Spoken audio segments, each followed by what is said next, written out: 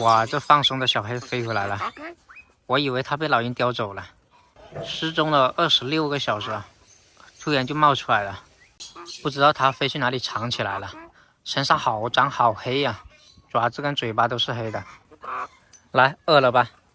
拿点吃的给它吃。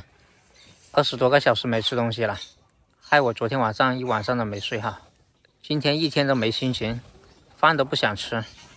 真的，我以为它被老鹰叼走了。要是飞走了还没什么，本来就是放松的，但是一想到可能是被老鹰叼走了，突然就感觉好心痛啊！这好不容易才跟小屋配上呢，要是被老鹰叼走了，真的太心痛了。来，打点水给它洗一下，太脏了。昨晚查了一晚上的监控找它，没找到，到处找都找不到。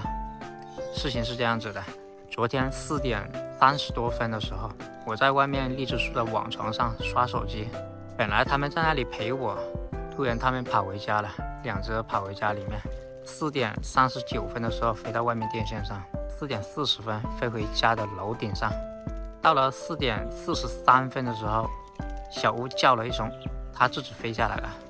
然后到4点50分的时候，我就发现只有小屋一只，因为他们平时都是2只一起，走到哪跟到哪的，基本上不会分开。我就发现只有它自己，就开始找小黑了，到处找都找不到。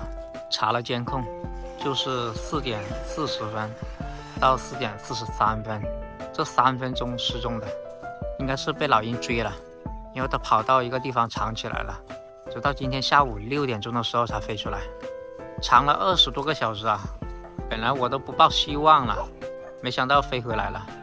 看它身上黑黑的，好像是沾了那个烟囱里面那个灰哦，像是人家柴火炉烟囱里面那个灰。我怀疑它被老鹰追，跑到邻居家那个烟囱里面躲起来了。看到它回来哦，我瞬间心情就好了，老天保佑啊！